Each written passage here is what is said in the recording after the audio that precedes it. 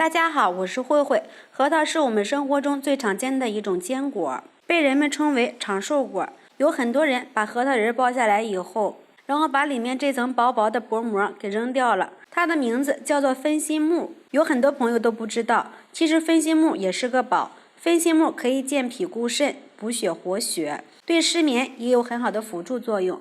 今天用苹果和分心木给大家分享一个养生做法，下面我们一起来看一下怎么做的吧。首先准备一把分心木，放入小碗里面，倒入适量的清水，把它清洗一下。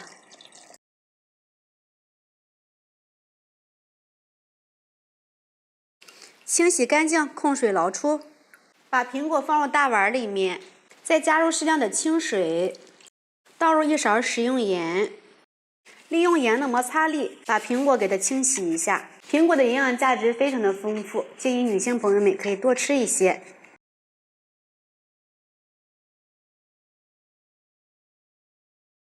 洗干净放一边备用。准备一把红枣放入清水里面，加入1勺食用盐，1勺面粉，用手给它抓洗一下。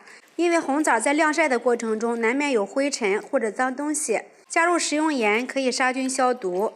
加入面粉，面粉的吸附性非常强，可以把里面的脏东西都给它吸附出来。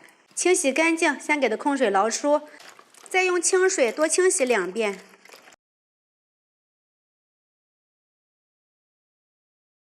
把苹果切成4份，然后把苹果核给它去出来。把苹果切成薄片。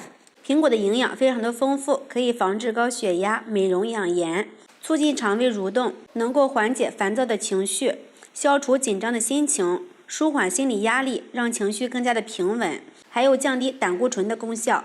所以说建议大家平常要多吃一点苹果。把洗干净的红枣去核，剪成小块。平时我们可以多吃一点红枣，它有美容养颜、健脾养胃、养血安神等等的食疗功效。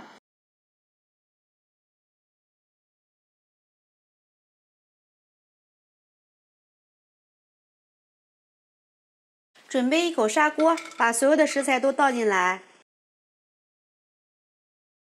倒入适量的清水，盖上盖子，大火把水烧开。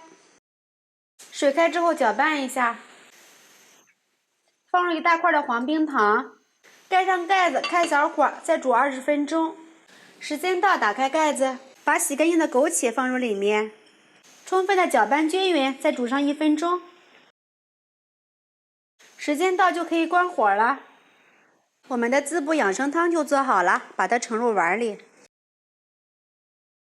我们这个养生汤营养非常的丰富，所有的食材煮得非常的软烂了，喝起来甜甜的，非常的好喝。喜欢的朋友们就赶紧试一下吧。喜欢慧慧的视频，记得点击关注转发，拜拜。